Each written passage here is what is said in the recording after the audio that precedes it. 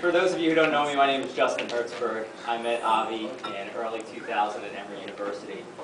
And like anyone who's had an opportunity to know Avi, he is one of the nicest people anyone could ever come across, and one of the best friends you could ever hope to have.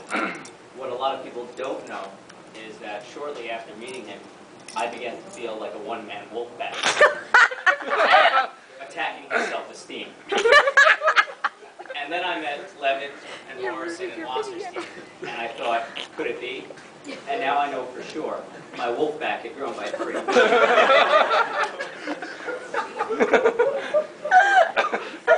The 4 of us wolves, ridiculing Avi at every opportunity, trying to bring down his 6'5" to 6'2" frame, depending on how much he's slouching, down to our level.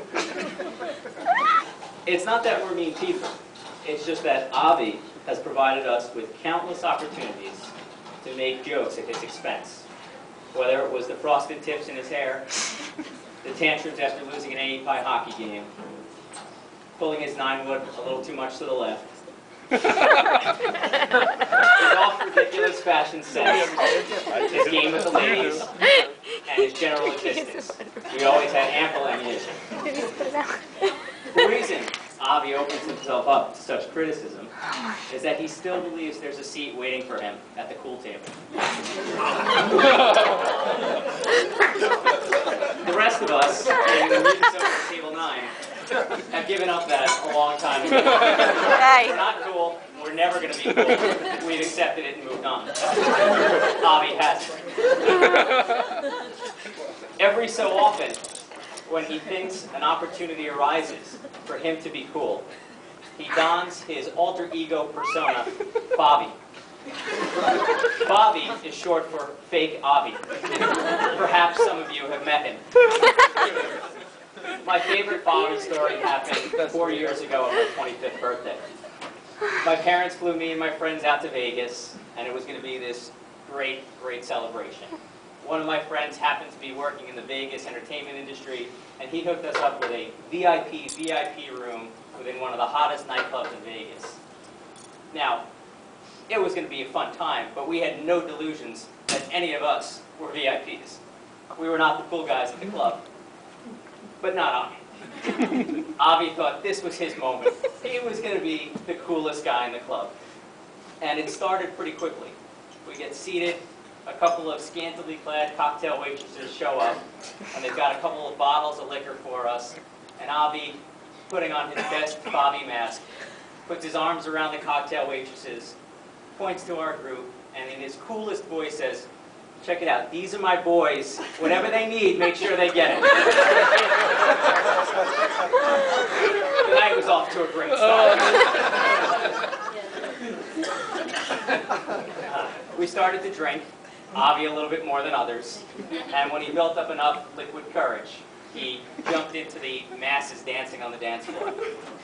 An hour or so later, he comes jumping into the VIP section and screams, "I just hooked up with an Asian chick." And then he flashes me some weird Avi gang sign. I don't know what it means. And he goes jumping back into the throngs of people. And then we didn't see him again for a couple hours. And, you know, we didn't worry what he was doing. He was making a fool of himself somewhere. But then, a couple hours later, a 300-pound ripped bouncer comes up to me and he goes, "Do you know an Avi?" And I go, "Yeah." He goes, "You need to come with me."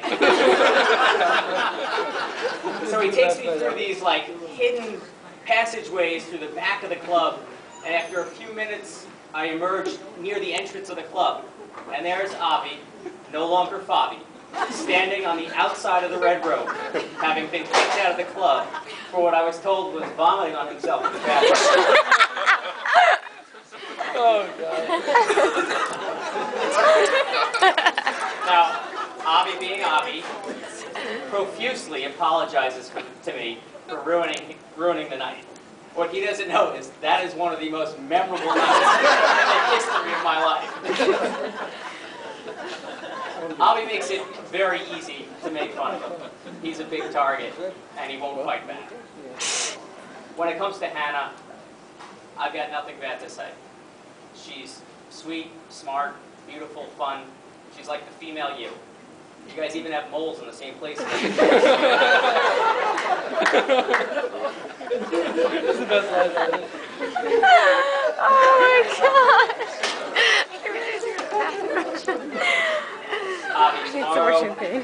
when you're standing facing Hannah, about to join your lives and unite two great families, you will be cool for the first time in your life. You will be the envy of every person in this I don't room, like this part. including Levitt, who really isn't happily married. I don't know how I was included in this. The man you But I are take with offense. Hannah is the type of man we should all hope to be. Because he knows I'm pissed. With that said, if tomorrow when the rabbi says, you may now kiss the bride, and you do that 3-tap thing, it's open season, and we're coming after you. I want to wish you both a lifetime of happiness, and I'm honored to be a part of your lives. Mazel tov. Where's the guy?